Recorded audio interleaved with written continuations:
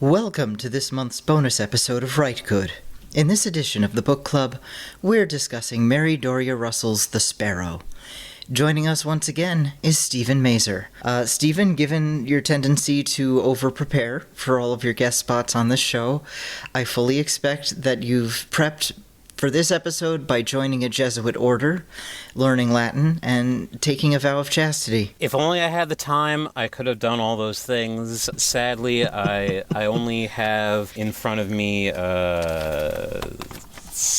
18, yes, not 17, 18 pages of typed notes, and I wasn't even able to read everything that I wanted to read in preparation for the episode. Didn't get around to finishing the Book of Job or one of the papal encyclicals that I thought might be good just for, like, background prep. And also, I didn't get a chance to read, what's the name of the book? It is A Case of Conscience by James Blish, which came out in, I want to say 1958 or so. It was the late 50s, won the Hugo Award, and also is, coincidentally enough, about Jesuits in space who make first contact. Yeah, I don't, that's basically all I know about it. It's not my impression that the books are any more similar than just that superficial yet very specific premise, but that was always kind of a stretch goal, let's say. I didn't think I would have time for that, and I didn't. Yeah, no kidding. So as listeners have probably guessed, you are Catholic. I'm very much not. I guess I'm an agnostic, which is a very, very lazy philosophy, I think, of just, I don't know, man. That is my understanding of the universe. But I definitely wanted a Catholic guest because it would be very, very easy to read a sci-fi book about religion and go at it as an early 2000s Reddit atheist talking about flying spaghetti monsters or something. And I was wondering if this book would end up taking that position, and I think so were you. It sounded like both of us went into this thinking, is this going to be Fedora-y? Is this going to be a Fedora book where some people get owned with facts and logic? And it's not, but at the same time, it's not this... I felt not this evangelical book about some wonderful religious people showing a superior way and saving the souls of an inferior culture. Exactly. Something a lot more nuanced and rather interesting than that, which I really appreciate this book being. I agree. First of all, yes, Catholic, born and raised. I even went to Catholic schools for almost my whole education, nearly all of grammar school and high school as well, and somehow still with it, as a friend of the show, Ty would say. He's kind of surprised that, still Catholic, even though I went to Catholic school. I'll do my best to represent the religion, although as I was reading it, I realized that I'm actually not the best person to, judge specifically Jesuit aspects of the book, because I don't know any Jesuits. I didn't go to Jesuit schools. The two schools that I went to were nominally staffed by religious sisters, St. Lucy Filippini for grammar school and Sisters of the Immaculate Heart of Mary for high school, but that doesn't really matter. As far as the book itself, yeah, I agree. I don't really know where I picked up this idea about the book, but when I started, I'd wanted to read it before you said that you were gonna do it for the book club. I'd had it on my mind, and I actually owned the book as something to get around to eventually. I had this vague idea that it was like an anti-Catholic science fiction book, and like you said, like a kind of Reddit atheist book. I don't know where I picked up that impression. Because, like you said, it's not like that. I guess I kind of thought it was going to be, it was going to go one of two routes. Either that it would be kind of like I guess you could say a sort of childish, screw you, mom and dad kind of book, the way that Behold the Man by Michael Moorcock is, which I haven't read, but I did read a rather in-depth essay about it on Paperback Paradise, I think is the website. And so I read that, and I was like, oh, geez, one of those books. I mean, it also sounds kind of funny, but, whatever. It seems like the kind of book that Michael Moorcock maybe might write. Or I thought it might grind a certain kind of axe the way that his Dark Materials does, the Philip Pullman, Right. The Northern Lights trilogy, which, great fantasy. I read it in college, actually, for an English class. Great fantasy books, but they definitely have a certain point of view. They sure do, from what I understand. Yeah. It's not subtle.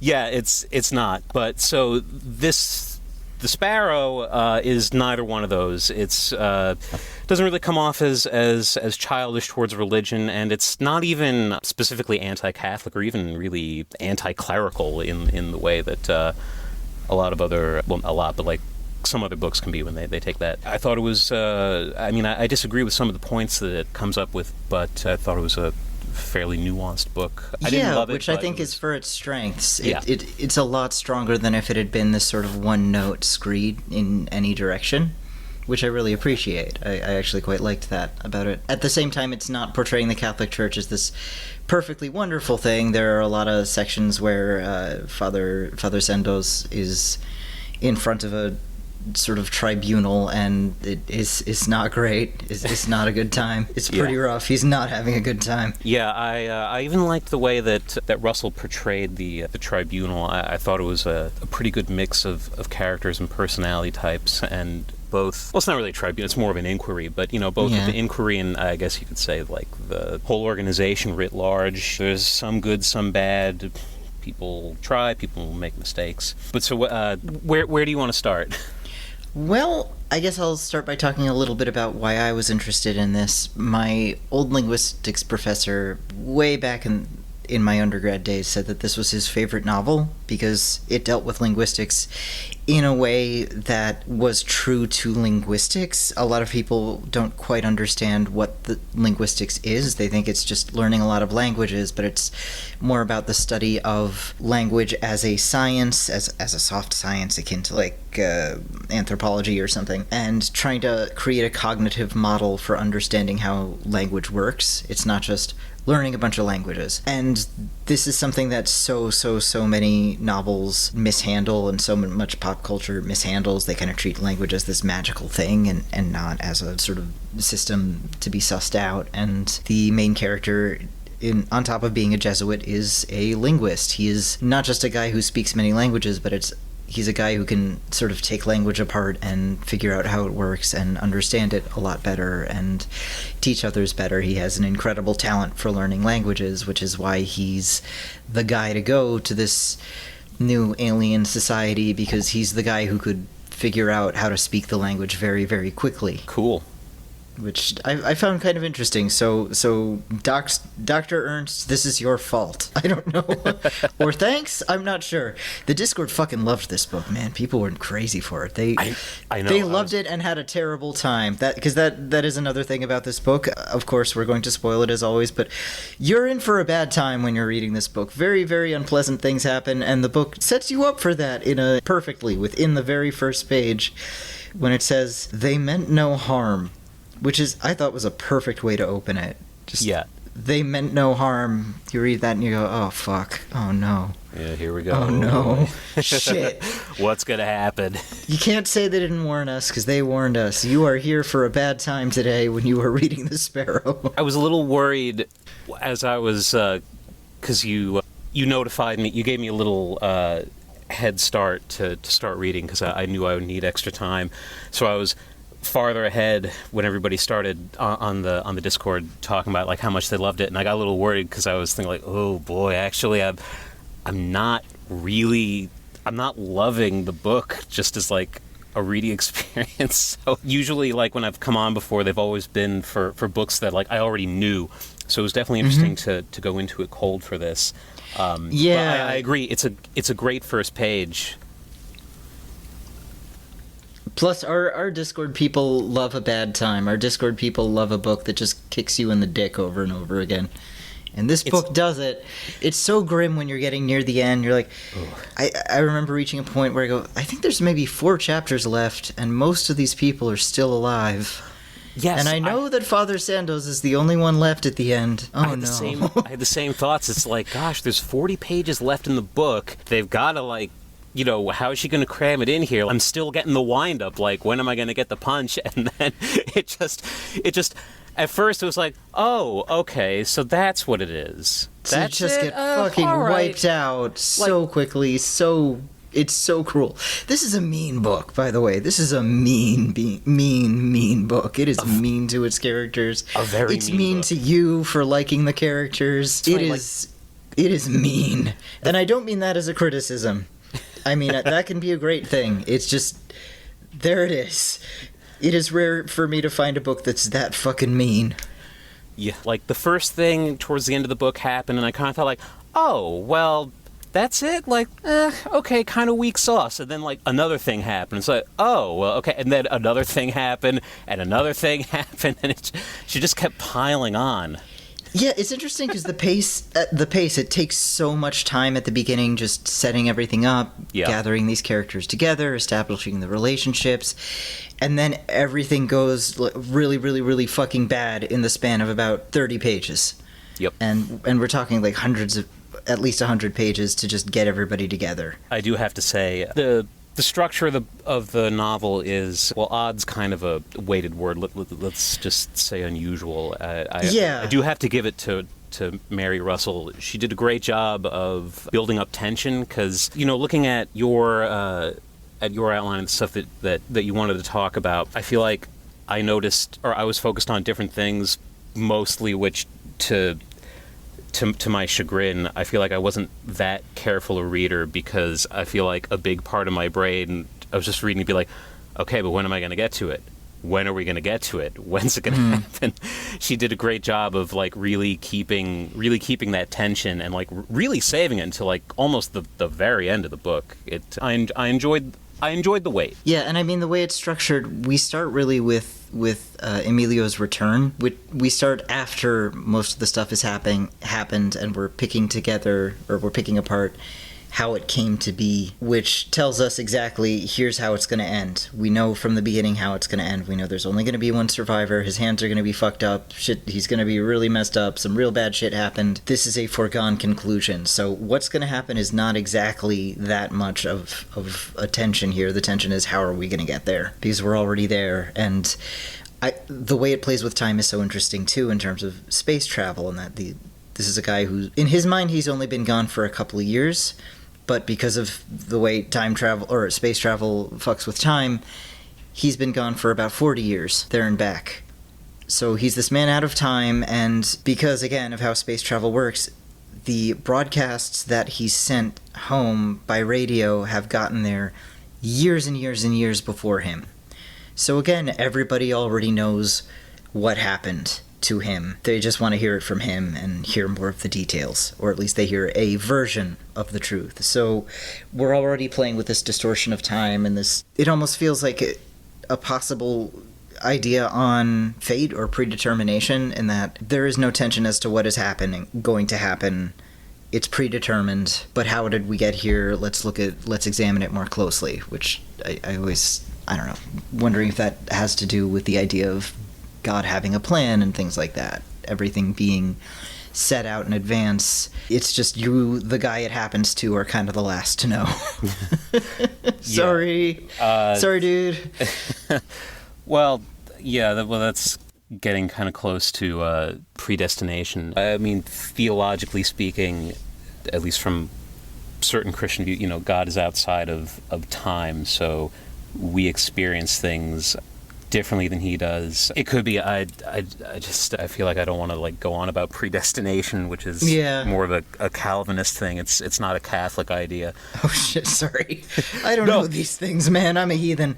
I was raised Unitarian. I know nothing. Look, I don't know very much about it either, and I certainly don't know where to begin. But that's an interesting idea that I hadn't thought about before, that like you said, it is predetermined because of where we're starting, and it's all just going to play out the way that it plays out. So yeah, actually I like that. That is more from, like, I guess you could say, a God's eye view, as opposed to if she had written it linearly, so we wouldn't have that same sense. I like that. See, that's what I was getting at before. I was reading it for, what happens, and then I spent all my time reading like things trying to come up with an answer to the problem of why do bad things happen to good people. I'll give you a spoiler, nobody's really come up with a good answer. So those were my big preoccupations. Yeah, I'm trying to look at it a little bit structurally and just in terms of craft and how it's put together, which I find interesting. Now, I liked a lot of this book, but before we get out of the way, I have to talk about what for me was one of the most frustrating aspects of it, which is the dialogue. Yeah. The dialogue in this book is not great, and there's a lot of it. I'm sorry, I'm not trying to be a hater, but it is very, like, it struck me as very 1990s TV dialogue in a way. And part of that, I know you had issues with how Anne and George, the sort of older boomer couple, talked, but then again, these are wealthy boomers living in Puerto Rico. I can absolutely 100% see them talking like that and acting like that. That's just what older white people who live in Puerto Rico are like. That's just how they are, man. That's spot on. But oh man, a lot of the dialogue was not the greatest, and I think we both were not very fond of the use of pop culture references and impressions. There's a moment where one of the Jesuits, Father John Candotti, is talking to Father Sandoz, and Candotti jokingly speaks in a German accent about, following the orders. Clearly a World War II Nazi reference, but this is in 2060. Like, for him, World War II was 115 years ago. Why would it have the same cultural valence as it, had for people in the 1990s? There are parts where he's quipping and quoting from The Princess Bride and Young Frankenstein in 2060, and the references hit, and it's like, bro, no one's gonna quote Young Frankenstein in the year 2060. No one's gonna remember that shit. It'd be like me and you casually referencing, I don't know, train arrives at station. Yeah, or fucking, let's quote from the Testament of Dr. Mabuse. Like, no, we're not doing that now. That's too old. I mean, no one's going to remember that shit. People don't even really quote from, like, Gone with the Wind or Casablanca anymore, No. And that was getting to be, like, 60, 70 years ago, so, like, annoying. And also, the impressions that Father Sandoz does, it was an annoying choice to have a character do impressions through the medium of the written word on the page, because how can those impressions possibly come through? I'm just reading the words. But that's all I want to say about that. Here's something that I think could have worked really well if his impressions went over really, really well in 2019. Which is when the book starts. It starts in 2019, which at the time this was written was the future. But he keeps trying those little impressions and references when he returns home in 2060, and people just stare blankly at him. And I think that could emphasize how out of time he is, how lost he is, and how alone and lonely he is, and that this way that he would connect with people by doing these funny little impressions, that even doesn't work anymore. And it's just like, oh fuck. Like, I think that could have been so effective and, heartbreaking. And, he does a little drawl, John Wayne drawl, and people are like, who the fuck is John Wayne, man? It's 2060. I don't know who that is. Yeah, that would have been a nice wrinkle. I think that would have worked really, really well, but no, they have him quoting The Princess Bride or Young Frankenstein in 2060, and they're going, haha, yeah, I recognize that. Like, no, you don't. You're not gonna recognize this. I'm sorry, they're great movies, but people are gonna forget them. Yeah, I have mixed feelings about the way that Russell portrays the characters, because on the one hand, I find it's kind of annoying, or maybe not annoying. I guess I just personally don't like her portrayals that much, because the characters, to me, the main characters, they don't feel very natural. They're all, like you said, it's like a 90s sitcom dialogue, so everybody's like a capital C character. It's kind of cheesy to me, but At the same And time, there's this very outsized sort of, again, 1990s TV diversity, where it's like the French Canadian calls everyone mon chéri constantly. oh gosh, yeah. Like everybody is there. Yeah. Everybody I is have diverse in a type of way that is very, very like, I'm the blah blah blah guy. I fucking love it. How there's a bit where it says, "Oh, it's a shame that Alan, the English guy, died so quickly because as an Englishman he would instinctively hate the lower class Supari." And recognize that he is dangerous. Yeah. Because British people just instinctively, genetically hate the lower classes, I guess. I like that paragraph. That was That rocks. That was another fun wrinkle. Jumping off of that, I also felt like a lot of the ways that Sophia was portrayed. Where it's constantly about her Sephardic heritage right. was kept references. It was almost like I guess like stereotype as the character herself. It's like, oh, we're like this, we're like that. I embody all this stuff, and like it's not like anything was really negative per se, but I guess it just came across as philosemitism. old-fashioned. I've heard people call it, where it's like almost this fetishization of the concept of Judaism as it's almost a superpower in a way. Which, granted, the author of this book, what used to be Catholic, I think became an atheist, and while writing it started converting to Judaism, so I think there's a little bit in there of her being in awe of this Jewish tradition and really I'm falling in love with it, falling into almost an infatuation with it, to the point where it's a little like, are you fetishizing this a little bit? But I don't think I can like dunk on her for stereotyping Judaism because she's Jewish,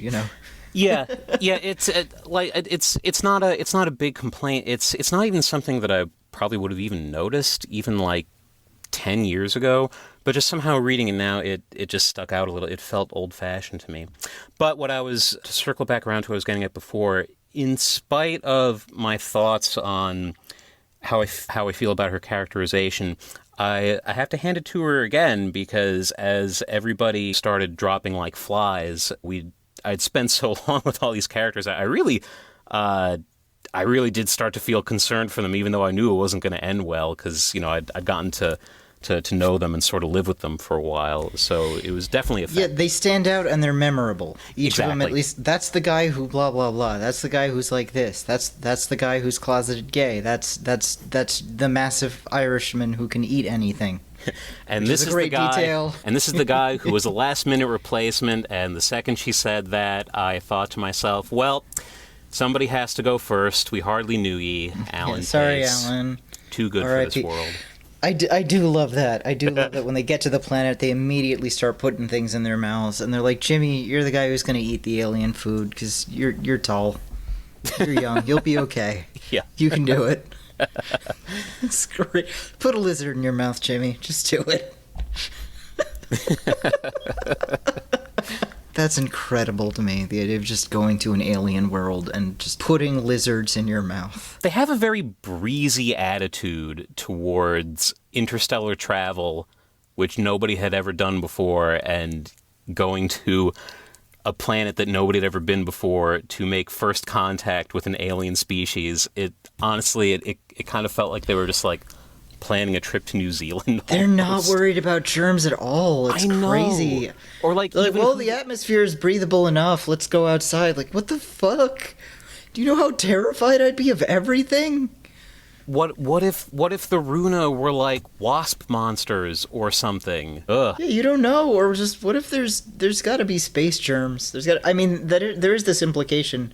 Two of the crew members get sick, and one of them dies immediately, and the other's just sick for a long, long time. And I guess that is a suggestion that there's some kind of pathogen or something in the food or something that some of them have a resistance to and others just don't, and they don't know how to test for it, which I get. Again, I rather appreciated that Anne is a doctor, but she's not super doctor medical researcher lady. She's not like, yes, I can immediately identify what weird alien thing fucking killed this guy, because like, man, there's too many factors in this. There's too many things that it could be.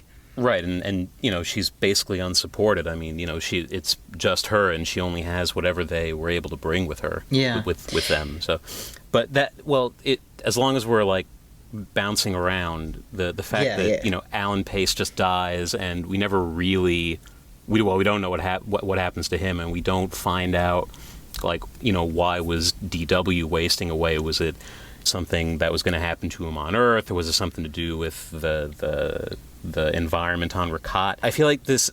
I have a section of my notes that's just called red herrings, because I feel like I don't know how to feel. I still don't know how to feel about this aspect of the novel. I don't know if it. Yeah, a lot of plot threads are set up and then immediately severed instead of tied off. Yeah, over and over either and over severed again. or they're just I guess you could call them Chekhov's guns that don't go off. And I don't know if it's inexperience on the author's part because it was Russell's first novel, or if it was something more deliberate that, I'm just not picking up. Because a lot of these plot threads, they're both things that just never pay off, but they're also subversions of various genre subtropes. Right.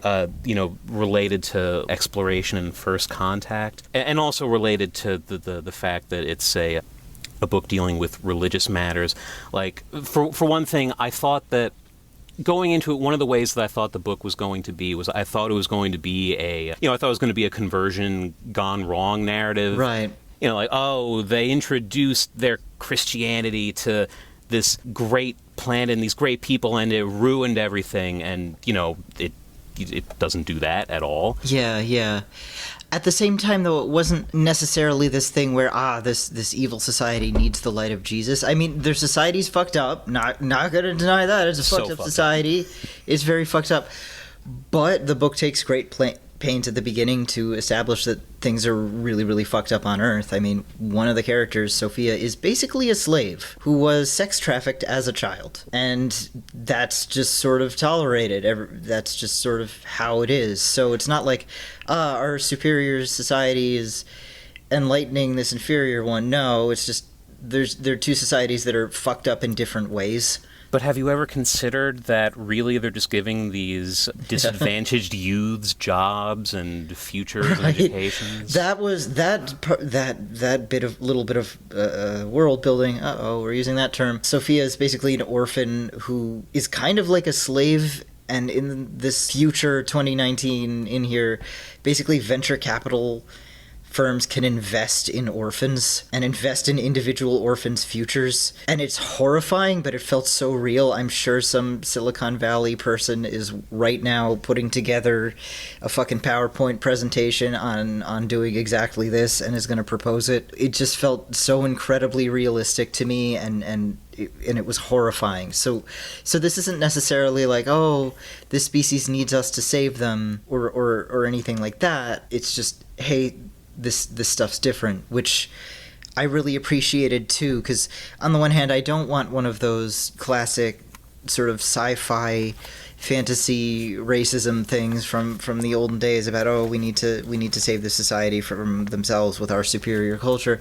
But at the same time, I don't like the overcorrection of the sort of well-meaning liberal that ends up, I feel like, kind of infantilizing other people and saying, the only cultures that have ever done anything wrong were white cultures. No, come on, grow the fuck up. Yeah, that kind of rubs me the wrong way too, because it does rob other people of their agency, and it's a little infantilizing in a way. Okay, I can acknowledge that the conquistadors were monsters without saying, the Aztecs did nothing wrong. I'm not that crazy. Yeah, I agree. It does a good job of not straying into either of those extremes. But I still, on that topic, I still kind of feel like the novel is I kind of want to say a little confused. That might be a little strong, but just in how it sets up the premise of what happens and how, I think anyway, the novel seems to view what happens. Because right there on the first page, like you said, the last sentence of that page is, "They meant no harm." Great sentence, so much foreboding. But I feel like since it doesn't turn out to be like an ironic Columbus contact tragedy story, I sort of feel like it, to like load it up, the Jesuit mission was this, huge tragedy and they meant no harm. Like saying that like you meant no harm kind of feels to me like, oh man, they like really screwed this place up, which in a way they kind of do. Not revealed so much in this book, but I read a little bit of a. I mean, it did result in a huge massacre, in a huge fucking massacre. Yes, a huge massacre. But I guess what I mean is like I feel like if you accept what seems to be the novel's premise, that the human mission was a tragedy and an inadvertent one, but and caused ruin and harm to the native Riccatis, and all those caused by maybe a foolish belief in like a benevolent deity, then I feel like in a way you're also kind of accepting that Riccati civilization is okay the way it is, or like not perfect, but just like, sure, I guess, it's like you said, like, yeah, they caused harm, but also it's a messed up world. That world is so messed up the way that she wrote it. It's so cool. Yeah, she sets it up where something's really fucked up, and I love that as you're reading it, how you can smell like, oh, this is fucked. This is real fucked. This is gonna go real bad, and the character's going, everything's fine. We're building gardens. It's great. I really like the bit where they're starting gardens and the Runa are just going, yeah, dirt looks way better over there. Good job, guys. Good job. It's really kind of a great play. I loved that bit.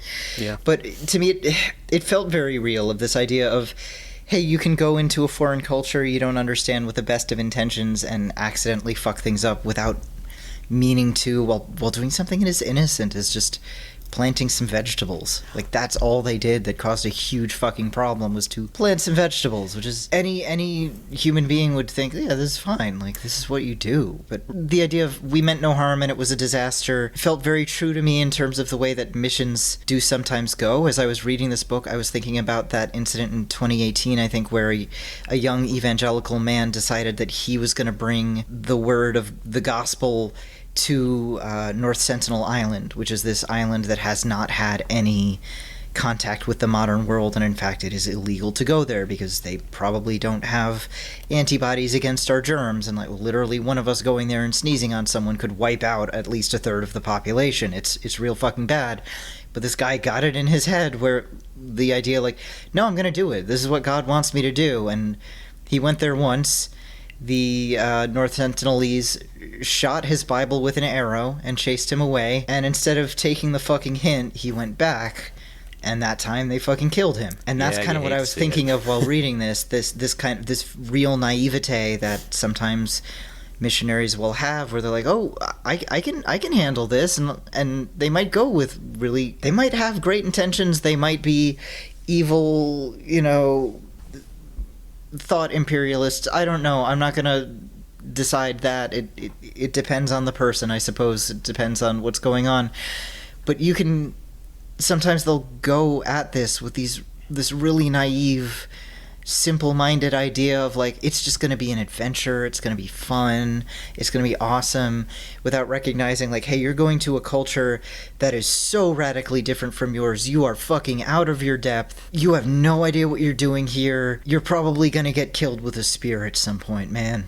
Like, you really don't seem to appreciate how fucking dangerous this is, which that does happen to this day with missions who go out into like the Amazon and try to contact uncontacted tribes and tell them about Jesus and then get killed. That's kind of what I was thinking of while reading this book, was that particular dude who got shot with a volley of arrows while trying to visit North Sentinel Island. Yeah, I'd forgotten about him, actually. Yeah, it is heartbreaking. I watched a documentary about him on Hulu, and it was really, really good. And they interview his dad, and his dad is very religious too, but he felt like his son just got almost seduced by this like mania for being, wanting to have this boyish adventure without really understanding just how dangerous it was and how much of a risk it is, and how, like, have you considered if this culture is ready for you, if they're gonna want you, buddy? You are not invited. Yeah, it's Yeah. I guess the only thing I felt about it is, like, I kind of felt like if you wrote a book that was about aliens coming to, like, the antebellum South and contacting, and, like, they make first contact with slaves on a big plantation, and then through, not really understanding what the situation is, they inadvertently cause, like, a whole bunch of slaves to get killed, but then just having the book being like, treating it all like, oh, what a huge tragedy. It's like, is that the right way to think about it, though? Like, isn't slavery fucked up? Shouldn't we have, like, a slightly different take on this? Yeah.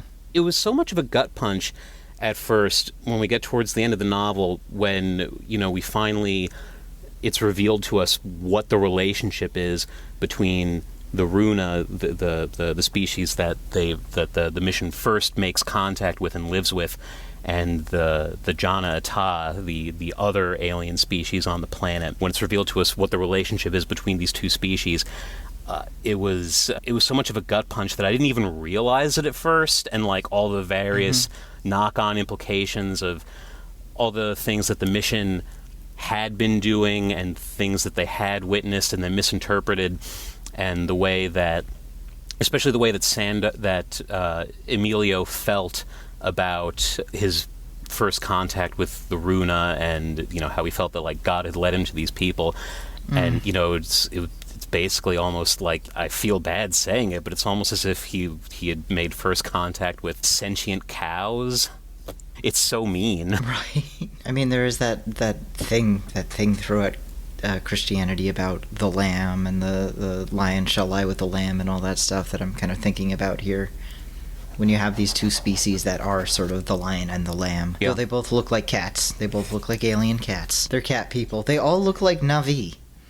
Yeah, I was getting a little bit of that too, even though I haven't seen the movies. I do have to apologize. I'm not very good at, like, picking up on Christian symbolism for most of grammar school in religion class. Like, I sat in the back in the row, like, farthest away from the teacher, so a lot of the times I just wasn't paying attention. So I'm a poor student. As far as, like, other red herrings, the Jimmy Emilio Sophia love triangle, that gets diffused. There's no infidelity. Not infidelity. There's no, like, breaking of Sandoz's priestly vows as far as chastity goes. There are these tension points, but then they just don't release. There's a lot of things set up, like DW talk. And Anne have that talk about how, like, hey, DW, you should maybe be open about your sexuality with, just tell Emilio you're gay. It's cool. He'll deal with it. He'll be over it. And DW's like, I don't know about that. And that talk about the vacuum of power that's going to happen after he dies, and then it's just completely cut down short. And it happens over and over and over again in the book, to the point where, to me, it's very clearly intentional. I don't see these as mistakes. I mean, she's a writer. She knows what she's doing here. You can't do that much accidentally. I think it is very deliberate as a way to maybe make it hurt more, where these things don't get resolved because these people are just straight up murdered. Murdered and eaten. Murdered and eaten, man. Including a pregnant woman. That's dark, dude. Yeah. That's dark. Do you want to talk about, like, what happens, or is that just the plot wheel spinning? I mean, people have read the book. Yeah, people have read the book, or you'll figure out what happens from reading the first chapter. Oh, everybody fucking dies. Everybody dies super hard. I'm sorry. I think examining more of the details is a little bit more interesting. And something I noticed about this book, which I found interesting, is the parallels between the Janata or Rakat society versus Earth society in terms of controlling or siphoning off or quarantining, or whatever you want to call the sexuality of indesirable aspects of society. We have this major character, the first Janata sort of carnivore class alien, who meets up with the humans and immediately tries to decapitate Emilio Sandoz until Emilio knocks him down with his fierce Puerto Rican fighting strength. Supari's great. He's a stupid bitch, and he rocks as a character. His motivation is greed and horniness. His entire driving force is that feel when no girlfriend. He's ludicrously petty and short-sighted. He's a great fucking character. He's just an absolute bitch. He rocks. I fucking love it. He's great. He's great. He's this petty little shit. But he is what's called a third, because this is a society that practices strict population control and eugenics. So basically, only the first two children in a family get to reproduce.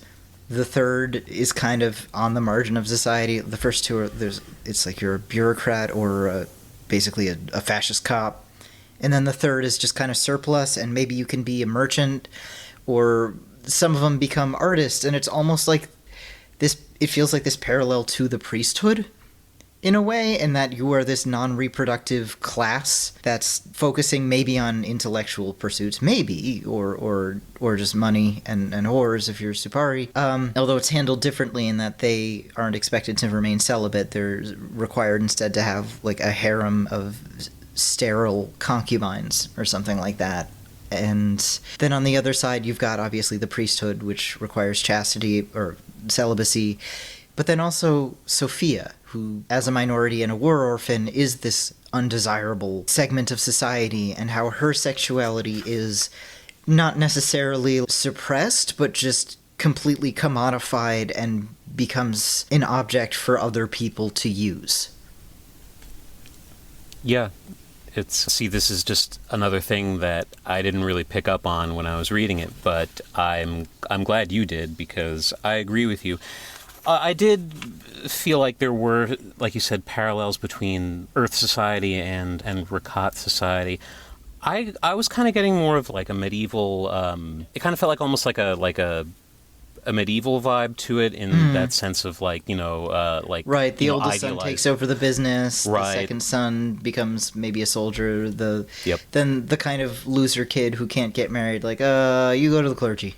Right, yeah, exactly. And then the Runa are the productive classes, kind of like the peasants, Yeah. So it kind of reminded me of that, like, medieval sort of tiering of society, and the fact that the Jana Ta are only about 3 or 4% of the population, and they keep the Runa down by repression. So, actually similar to knights, I think we're also, generally speaking, depending on where you went, around 5 or so % of the general population. I just wonder how many other what deeper. I'm struggling to think of a deeper thing that I could add to your observation about the parallels between Supari and Emilio and Sophia. Right.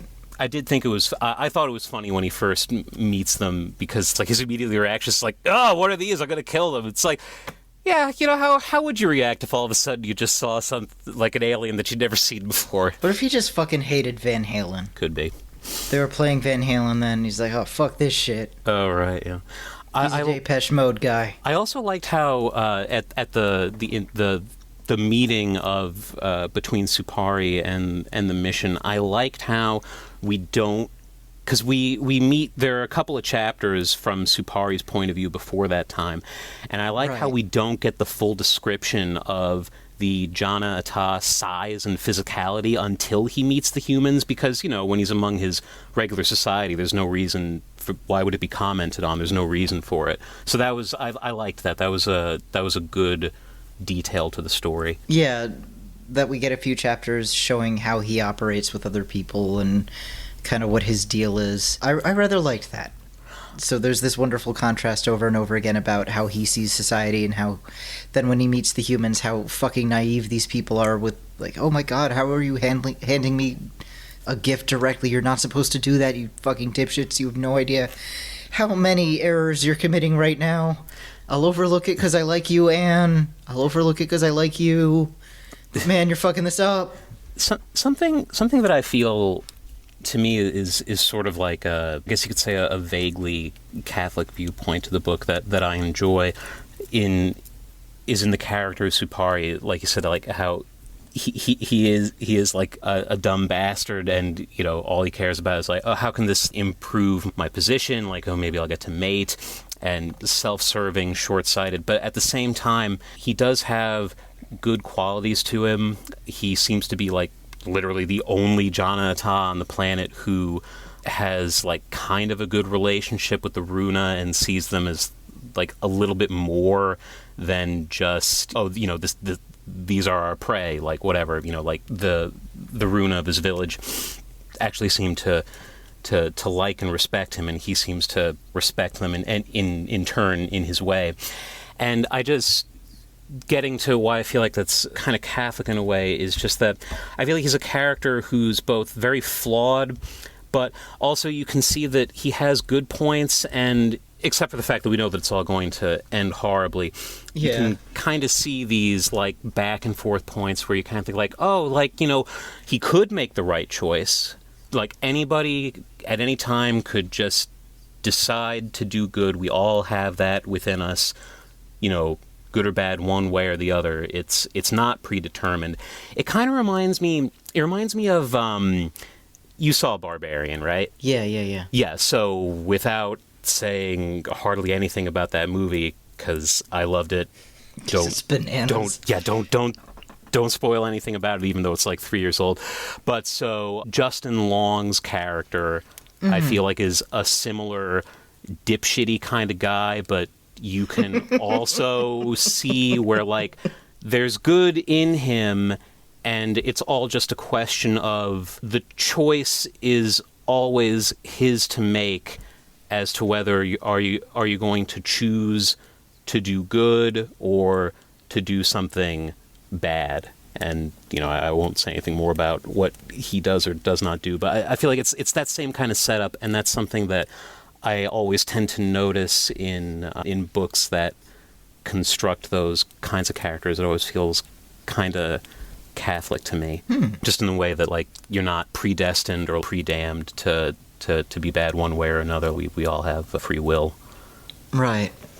I feel like we need to get to the issue of sexual violence, because that is a huge section in this book. I mean, our main character, Emilio, he's a priest who, at the beginning of the book, we find out he's been in an alien brothel. The book, or at least the characters, seem to treat it as a surprise that this was not a voluntary arrangement. To me, that did not come as a surprise. Like, he's a foreigner with a severe disability. Yeah, of course he's being trafficked. I mean, I'm a cynic. But I don't know. For me, this was one of the most disappointing parts of the book, where it kind of, the climax, where he's in front of this panel, it almost turns into an episode of Law & Order SVU, Space Victims Unit. This is where we really could use Elliot Stabler. He is Catholic.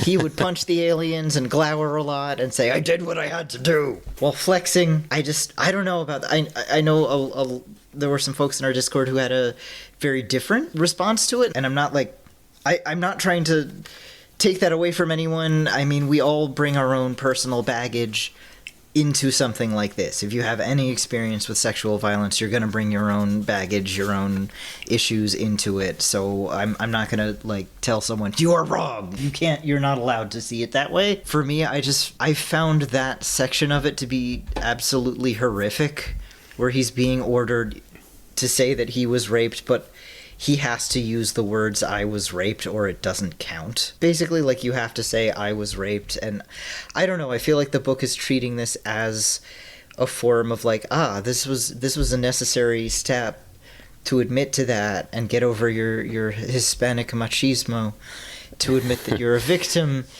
Yeah, in order to heal. But for me, what this felt like was, I feel like a lot of sexual violence victims are kind of expected to perform victimhood in a certain way, and that's not necessarily the best thing for the victim, and demanding that performance and demanding you have to say it the way we want you to, and you have to express it the way we want you to on our timeline and not on yours. To me, that feels like another level of violation and another level of trauma, re-traumatization, and not necessarily like, we've had a real breakthrough today. Like, no, that's not a breakthrough. Like, you just fucking re-traumatized that guy. I just kept thinking of that bit in It's Always Sunny in Philadelphia, where, like, Charlie Day has to touch the doll while his family, including his creepy uncle, watches. Like, that's what was going through my mind during that scene, and I just fucking hated reading it. It just made me it was upsetting to read. I know that's my own issue, that I'm bringing a lot of my own issues into it, but that kind of became the emotional climax of the book, was like, oh man. Yeah, it's definitely. I can see what you're saying, and it's definitely constructed as like the big set piece. Like here's like the reveal. For my own self, at the beginning of the book, I was kind of surprised by the revelation that he was in sex slavery. Of course, it's one of those things where like once it happens, like, oh right, yeah, of course, how could it be another way? I guess I was trying not to. I guess I was just trying not to make like a predetermination on what exactly happened to him. There's a phrase that Kurt, the publisher of Blood Knife, I've heard him say on various podcasts, where he says that he reads eyes open, head empty. And and that's how I was taking that particular aspect of the book, of like, the capital W, what happened, because I knew it's like, she'll tell me, let me just get to it. I can see how it could be cathartic in a certain way. Yeah. But like, as far as like particulars, the inquiry isn't like fully antagonistic, but it's also not fully supportive either. Yeah, it takes to me, it really does feel like the dramatic courtroom scene. Yeah. Or something, which actually, going through court again as a sexual abuse victim can re-traumatize you in horrific ways. Like, it is a horrible, horrible emotional and psychological trial to have to go through court, even if you win, even if the perp gets busted and goes to prison. It is a horrific experience for the victim to have to go through that. And that's kind of what I'm thinking of here. That's what I'm bringing to it. I don't know if that's intentional. Maybe it is intentional. Because, I mean, the court, so to speak, the Inquisition here is not necessarily portrayed as benevolent, a lot of it. But there's just this moment afterward where I think it's Father John Cantati afterward goes, oh, all right, confession is healing. Now we can heal. I would not feel healed by having to go through that, at least, is what I could say. I would be immensely more fucked up afterward. Yeah. I'd be picking up more rocks and throwing them very poorly. This feels like such a quibble now, but in that same scene, I also... It's definitely a courtroom drama, like, this is the moment. I feel like Russell writes the rest of the characters as obligingly speechless, which I feel like never happens in real life. That's only in TV. Like, in real life, to my eternal disappointment, in real life, nobody ever just lets you drop a cutting remark without any kind of rejoinder. People don't let you have the last word. Or that the response is this total shock and flabbergastedness. It strikes me as being a little naive. I mean, I know these men are cloistered in some ways, but like they know what the world is. They know that shit happens. Surely they understand that like bad things happen to people, and the idea that rape is a thing that happens, probably it shouldn't shock them. I don't know, and I don't know, it feels like this naivete of how people being shocked at the idea of sexual violence, when the reality is that it's horribly depressingly common, and often the response to a big confession or a big disclosure is not dramatic, but this sort of, oh, all right, you want a snack? Yeah, not sure what to do with this. Maybe I partially rescind my earlier I don't know, quibble about people not knowing what to say. Because they don't. I mean, they might not know what to say because I don't know what the script is, but that doesn't mean they're not going to say anything. It's just the thing they do say is the majority of the time is incredibly disappointing. Yeah, part of me, I feel like part of it could be just in the way that there are, like, that Russell writes the other priests as flabbergasted, is because at the beginning of the book, some of them, not all of the 4 or 5 of them, but a couple of them, the Father General included, do harbor this suspicion that, like, maybe he really was a whore there, maybe he wanted to be there, maybe he's fallen. And I feel like Russell does a good job of setting up at the beginning, because she does give us the bare bone facts of what happens, but she withholds details and she disguises the facts in such a way that, to me at least, it's like, well, okay, I don't know if I really, well, I don't know, maybe I did think that he wanted to be there and we were going to get like this story of how he falls into depravity or whatever. But I do think she does a good job of withholding details and disguising the facts of what happened at the beginning of the novel, so that you can either, if you choose to read your own things into, well, what did happen. So that was another good point to me of tension. Yeah, I guess so. I mean, this was written in the 1990s. Yeah. So I'm wondering if an audience of the day might think differently of it. For them, the revelation that Emilio was gay space raped maybe would have been a lot more of a surprise, when now I think that doesn't come as shocking. Yeah, anymore. And just to be clear, I'm not. I'm just like struggling for things to say. I'm not contending your reading of the scene. It is kind of cruel. Well, kind of cruel. It is cruel. Yeah, I just don't know if it's intentionally so or not. I'm having trouble. I'm having trouble with it. I'm not sure if it is meant to be that way. How it's supposed to be taken. I just found it a little. I just found it again too Law and Order. Yeah. Which is just such a bummer, because this is where the novel reaches this emotional climax after all of this, just after all of this nightmare, and this is what it leads to. Yeah, it's both it's at once the emotional, the physical, and the theological heart of the book, because he's not only is he raped, but he's raped many times, but the first time it's by the Reshtar, who is Right. the artist, The singer. The singer, artist, elite person who is the author and the originator of the songs that Sandoz and his friends first heard. They picked up on their transmissions, and is what inspired him to suggest, like, we got to go to this planet. God is leading us there. And he thinks like, oh, I've come through all this, I'm gonna meet this guy. It was all like a tribulation, and like now I'm having like this deep spiritual moment, and then this deeply horrible and deeply personal thing happens to him. There are a lot of ironic punishments in the novel. I mean, I don't necessarily see that part of it as a flaw. That how these things happen is. Oh yeah, no, I didn't mean it was a cruel flaw. And yeah. Not, yeah. I guess what I stress that this isn't necessarily a criticism. Like the fact that the narrative, the fact that things that happen in it are incredibly cruel. That's not necessarily like, oh, that's bad, because I mean that's real life. Yeah, no, yeah, a lot of the time. Not at all. I'm glad.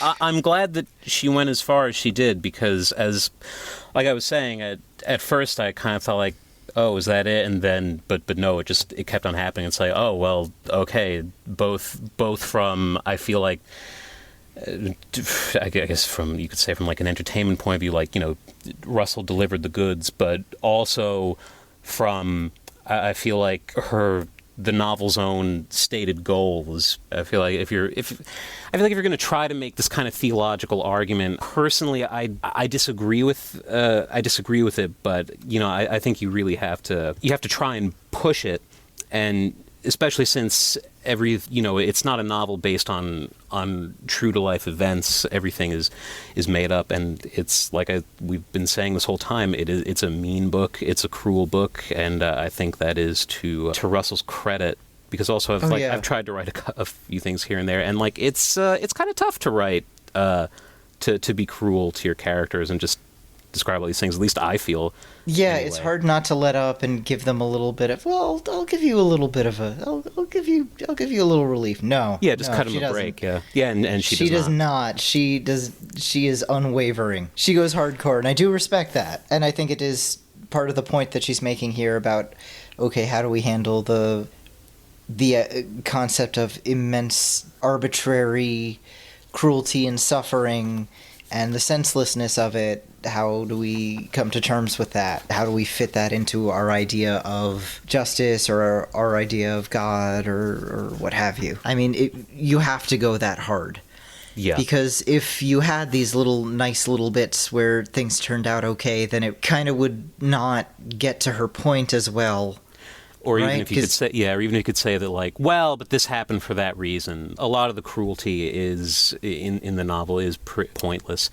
Yeah, I agree. It's a tough question to answer, and there's not a great one. Like I've said before, I still don't agree with what I think, anyway, is her assertion that is kind of embodied by, both by Sandoz at the end of the novel, where, he says that either God doesn't exist and I was just a foolish dope who led myself and my friends to ruin, or God does exist and he's the author of all of my woes. And also in Anne's conception of God, which she delivers at some point earlier in the novel, again saying that either there's no God, or if you ascribe good things to God, then he has to be responsible for the bad things as well. Well, I mean, see, when we're talking about, like, suffering and the problem of evil and why do we suffer, part of the reason that I had to read a lot of things, in fact, like, the Pope John Paul II literally wrote an encyclical just all about the problem of suffering and why do we suffer. There's also no pat answer in that either. But I feel like the reason that I had to read all these things is because I can't approach it from my own personal point of view, because to be perfectly honest, nothing bad has ever happened to me in my entire life. I have. Wow. No, it's true. That is a bold statement. I had a very nice family life growing up. I've never broken a bone. I have all my organs. I even have all my wisdom teeth. I've never had an operation. I've never lost anybody tragically. Everybody who has passed, it was, it's like, well, that's sad, but they were old or something like that. Even people, like, even the bad funerals that I've gone to, they weren't, it was like somebody who, like, a friend lost somebody, or a family member lost somebody, but it wasn't, like, directly my family member. So just, like, I don't really have an experience of capital S suffering where I can, like, put it to myself.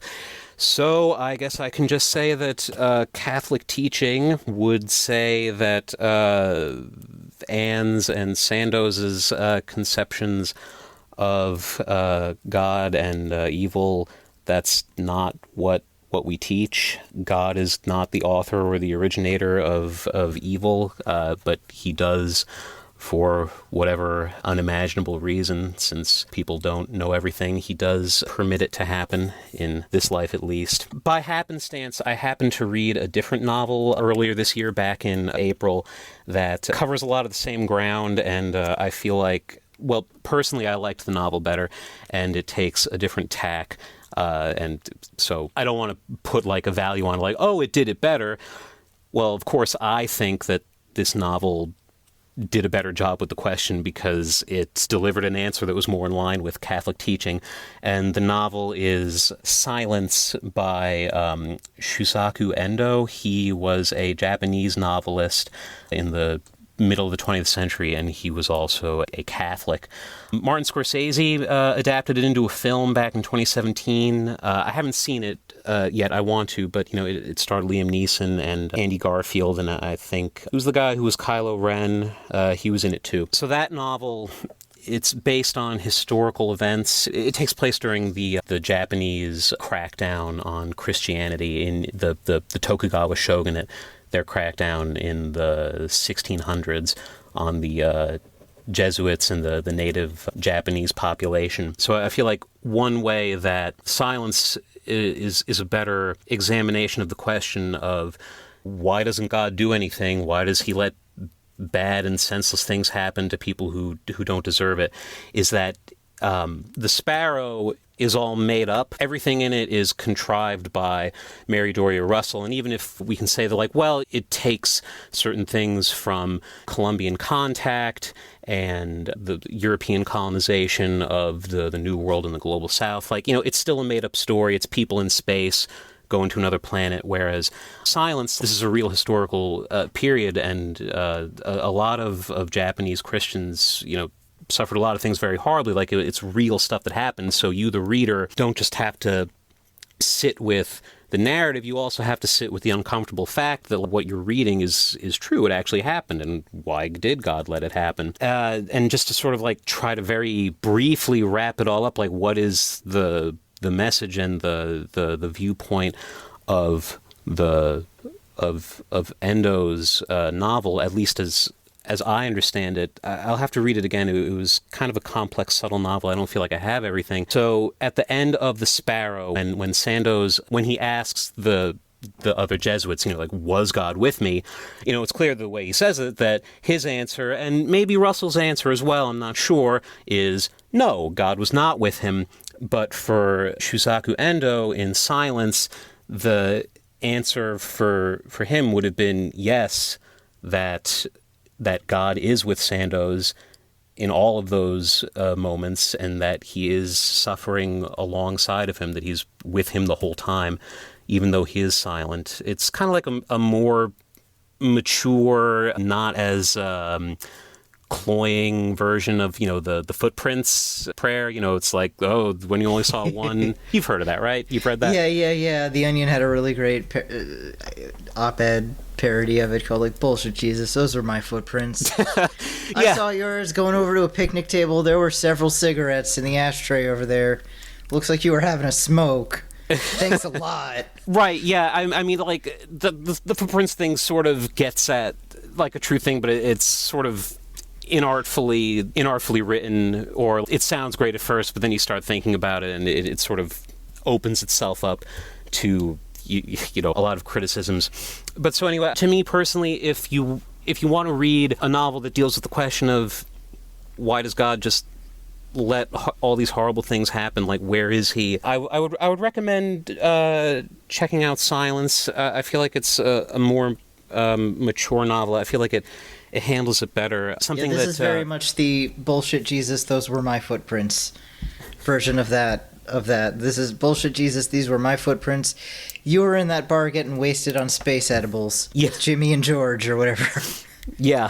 That was a great bit. But I can't believe they didn't get harmed by that. That is crazy. Let us go to a space bar and do space drugs. And not test it. Let's just fucking eat him. Let's do it. And nothing Well, he's the went biggest wrong. guy. He'll be fine. Jimmy's large. He's Irish. He's okay. That's wild that didn't kill them. That's not what killed them. I thought that's what was going to kill them. I thought it was going to be the food. I thought they were going to overdose. I thought it was just more red herrings. I thought it was going to be gummies. the food, the water, They were just getting all fucked these... up on Runa gummies. I like how, honestly, I like how she doesn't go any of the typical space explorers land on a planet and what is it that does them in, or like a reverse War of the Worlds. Like, it was the germs, the Riccati germs. Yeah. I like Except how she... maybe space germs gave DW diarrhea. Yeah, that is a possibility. Maybe. Or it was being sad about being gay. He had poor eye. Honestly, suggested. I didn't like that hippy-dippy Runa, like, oh, his heart doesn't have something that it wants. Like, that's not what it is. There's a medical reason. He's got an amoeba. Come on. Get real. That he immediately falls ill right after he's revealed to be gay is a little LGBTQ representation 1990 style there. Well, at least everybody died, not just Yeah, but he specifically got sick after admitting he was gay. Which, yeah. all right, okay. Are we really doing this? We really giving him space AIDS? Is that what's happening here? Come on, man, don't do this. The thing that I had a little bit of trouble squaring with the book as I was trying to read it in terms of like a Christian understanding of suffering is that to its credit. I think Russell was wise in, I guess, not playing on Christian turf, because a lot, not all, but a lot of what I was reading in on that subject, suffering is usually framed in like a Christian understanding, in that you suffer for Christ for some kind of reason. Like maybe people are persecuting you because of your faith for one reason or another. It happens today. And it's certainly happened historically, but that's not the narrative that the Sparrow gives us, because it's not really, they don't proselytize. They don't even really talk to the Runa or to the Jana Ata about God. They're more just like lay people and Jesuits who just happen to be priests, but they're really just more like they're on an anthropological mission. Like, they don't tell the Runa about Christianity.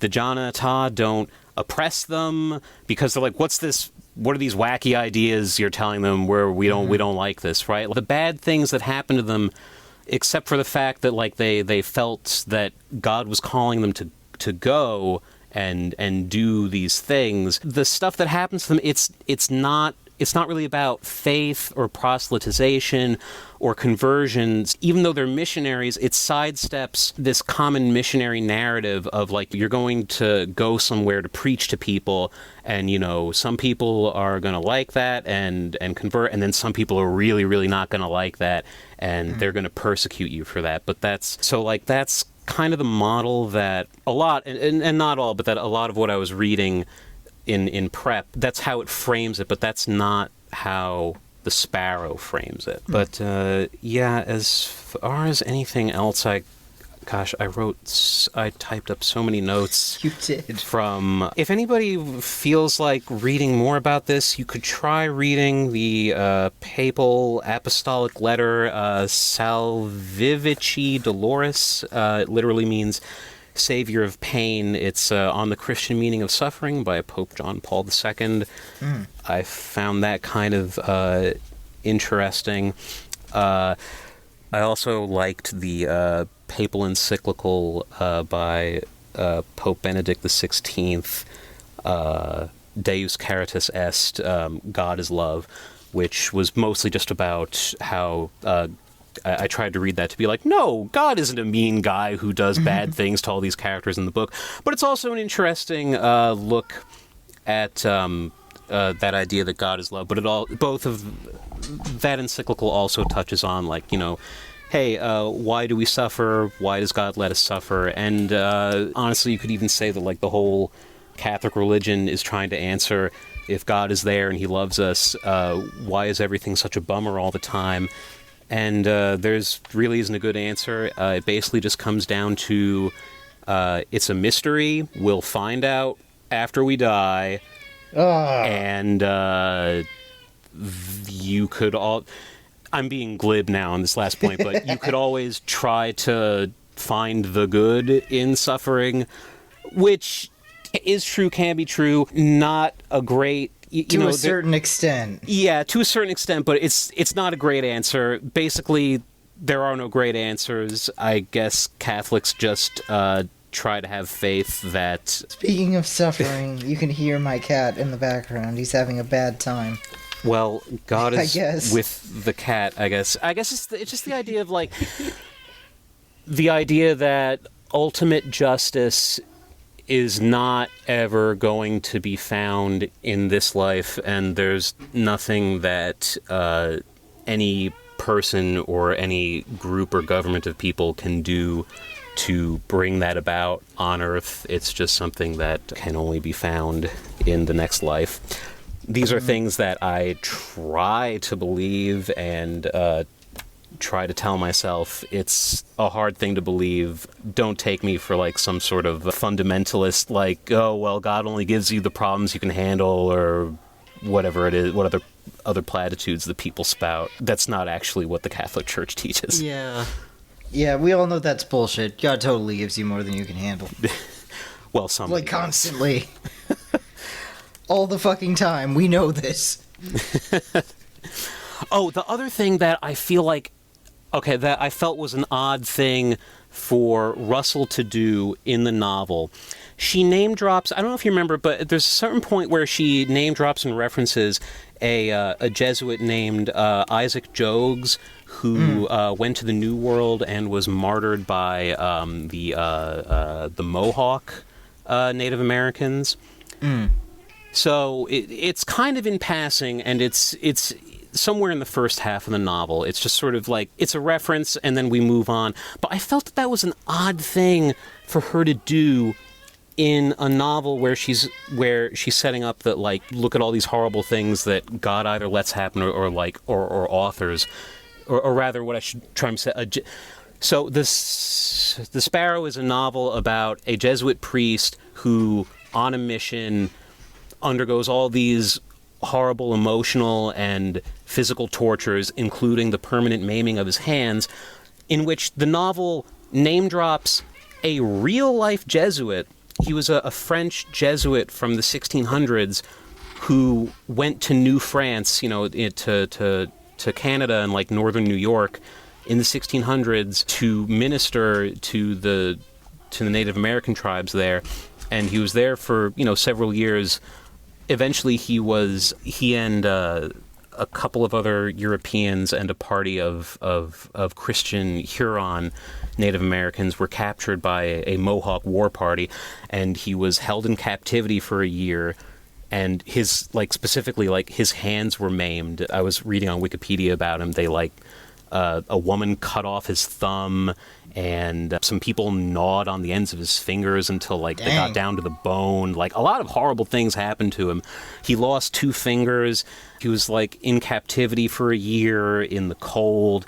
So just, a lot, I don't think he was sexually abused, or at least Wikipedia didn't say so. But, anyway, a Jesuit in real life who all these terrible things happened to him. Yeah, he went through a lot of the same stuff that Emilio goes through in this book. Exactly, but he didn't lose his faith. He didn't despair. He eventually escaped and went back to France, but then after about a year and a half, he went back to the New World. Holy shit. Yeah, because, it was what he wanted to do. He had a lot of zeal to minister and to live with these people. And the second time he went back, he got a tomahawk to the head from the same group of people. So I just feel like it's an odd choice to set up this fake Jesuit who loses his faith because of all these tribulations he undergoes, when at the same time, like you're trying to make some kind of point, but then at the same time you reference a real-life Jesuit who undergoes a lot of the same stuff, but doesn't. So I don't know what the answer is to the questioning tone of voice that I have right now. It just seemed like an odd choice. Yeah. I don't know. I mean, I can't really comment on that because I'm not Catholic, and I have a different viewpoint on religion, definitely. I would immediately lose faith. I don't have any. I would despair super hard. I would just despair so hard, dude. I'd be all about it. Honestly, I probably would too. Yeah, totally. I would. That's me. I would immediately sink into despair before even landing. Yeah, I'd be like, oh man, we only got instant coffee. I'm despairing. I'm not looking strong. to be. Yeah, I'm not looking to be tested by any of this. I would not. I get a fucking hangnail and immediately despair. Although that, just to bring it quickly back to Silence, there's a character in the book who is like just constantly breaking faith, and the narrator, who's a character in the novel, thinks to himself more than once that, if this guy lived in a different time, in a different context that wasn't an age of persecution, he'd probably he'd live his life as a good Catholic. And so it's all just, I guess all I'm just saying is I am not looking to be tested whatsoever. No, fuck that. It's terrible. Yep, fuck that. It's not great. I don't recommend it. I could blather on forever. I want you to guide what we do, because, like I said, I have more notes than would be prudent to reference. Yeah, I mean, I have a lot of feelings about this book. I have mixed feelings, and in some way I appreciate the fact that it doesn't point to one very easy thing you can say about, this is what the book is saying. Because the book would be a lot weaker Yeah. I think if it had a very obvious, blatant thesis, it seems like more of just thinking about it without necessarily coming to a conclusion, which I respect a great deal. And there's a lot in this book that I think is really, really terrific. I dread the term world building, but it's good. It's solid. It fucking works. I really like how it's handled. Both Future Earth and Rakat. I really love the way the author portrays things with a real economy of details.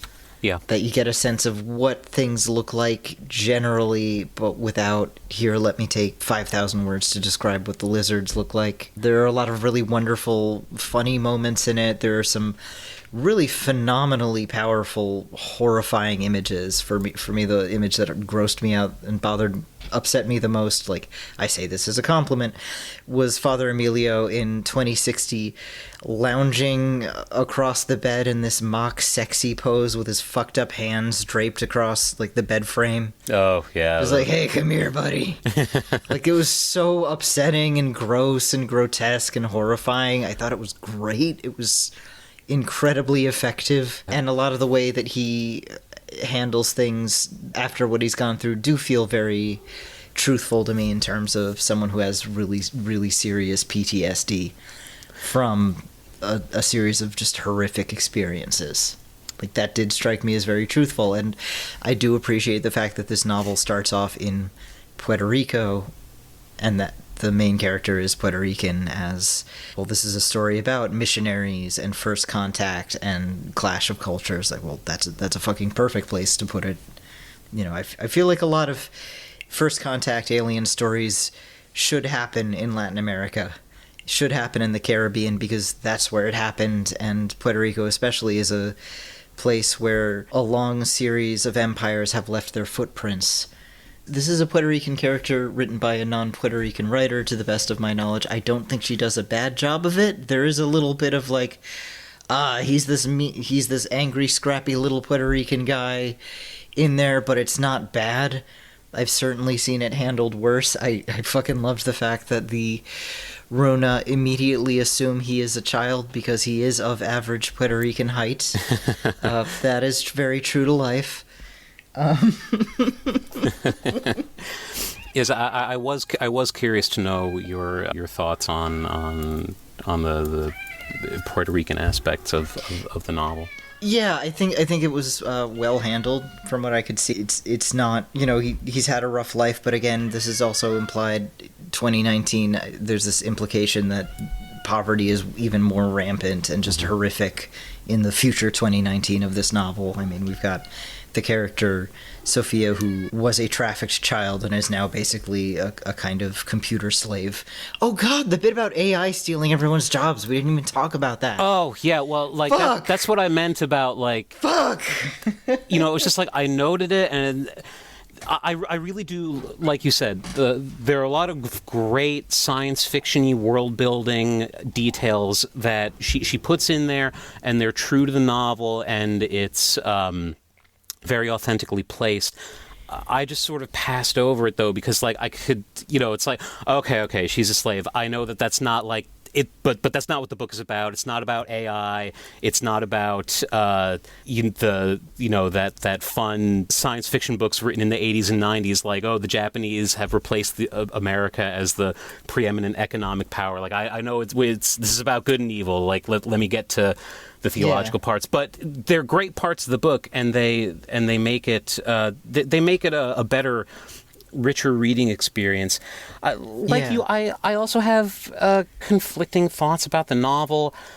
Looking back through all my notes, I feel like I was harder on it than the novel deserved, and I really wish that I didn't have... I wish that I didn't come to it with, like, a preconceived, I guess you could say prejudice about the novel. I came to it with... I started off with, like, an antagonistic reading, like, you know, I was, like, looking for things to fight over.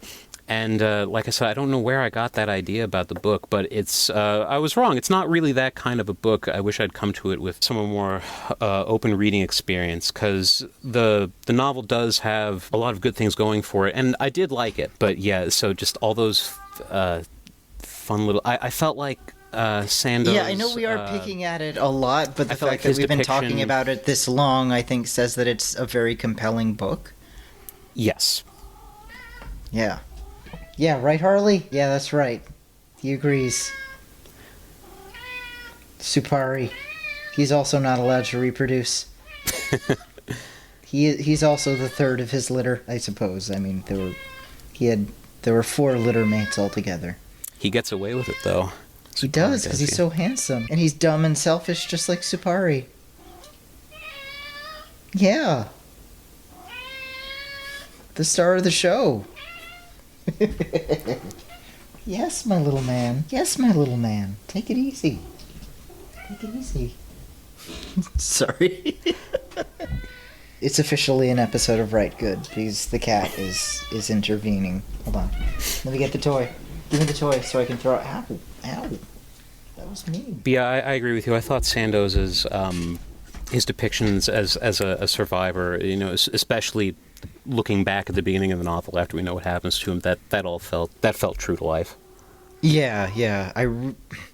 I think the reason that I'm so, picking at the parts I'm picking at is that the rest of it is so strong. And it's kind of like if you're a smart kid, your parents yell at you for getting a B. Because they know you can do better, they know you could have gotten an A, versus, if you've got a little brother who's a fucking dipshit, and they're happy that he gets a C, and you're like, what the fuck, come on. They're like, look, this is the best he can do, okay? This is good for him. It's kind of like that. I feel like the staunch parent complaining, like, why only a B? Come on, fucking chill. I think that's probably why I'm being unreasonably harsh on this book. Because so much of this book is A+, A+, A+, that when it goes down to just, this is a B part of the book, I go, ugh, I'm so disappointed in you. Yeah. Why don't you apply yourself?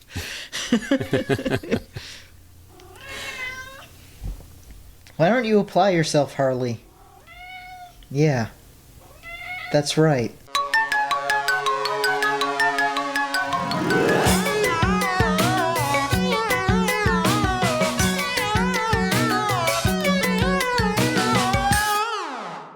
Okay, we've been talking for an hour and 40 minutes, so we'd really better wrap it up, I think. Yeah, I'm sorry. I feel like I always make you go long. No, that's okay. It's content. It's a lot of content.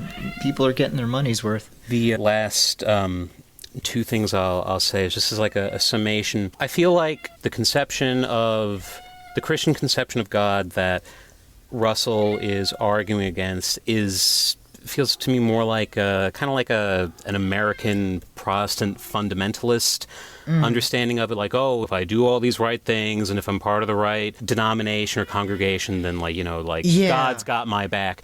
But that's it does strike me as a very American Protestant-y type of religion. But that's not Catholic teaching. Yeah, that's not what we. I mean, you might find it there in church just because that's just sort of it's bled into American culture. I feel like that's kind of what anybody in America thinks about, even if you're not Christian, right? It's just sort of in the water, but that's not Catholic teaching.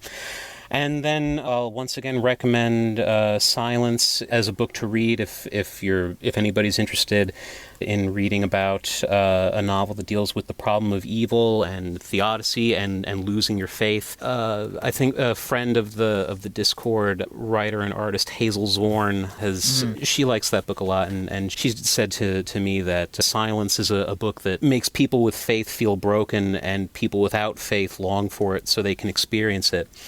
And it's a really good book. It's short, too, about half the length of The Sparrow. I feel like a used car salesman now. And just one final book recommendation.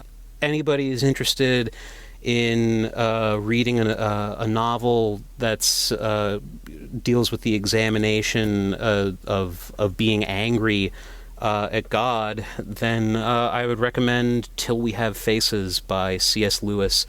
It's not like his Narnia books. I think it might be the last novel he ever wrote. He wrote it in collaboration with his wife, Joy Davidman, and it's a very mature and very interesting and just very good fantasy novel. I liked it a lot. I read that earlier this year as well. So that's another good one. Okay, well, sorry, just both books that treat these problems from a more either Christian or Catholic perspective. I liked The Sparrow. I was a little too judgy about it in reading it, and I'm glad we had this conversation about it. You've made me reconsider a few opinions that I had about it. And only her first novel, too. Yeah, that's a hell of a first novel. Damn, that's really ambitious. Won a lot of awards. Good for her. All right. Well, I think that's it. Thank you for coming on, and thank you all for supporting us. If you like what you heard, think of joining the Discord. You're already supporting us because you're in the book club. Until next time, keep reading and keep writing good. This has been Rite Gud with R.S. Benedict. It was hosted by R.S. Benedict and produced by Matt Keeley for KS Media LLC. Theme song by OK Glass. For comments and concerns, please write to us at ritegud@kittysneezes.com. That's RITEGUD@kittysneezes.com. If you'd like to support us, please visit our Patreon at patreon.com/ritegud. This has been a Kitty Sneezes production. kittysneezes.com in color.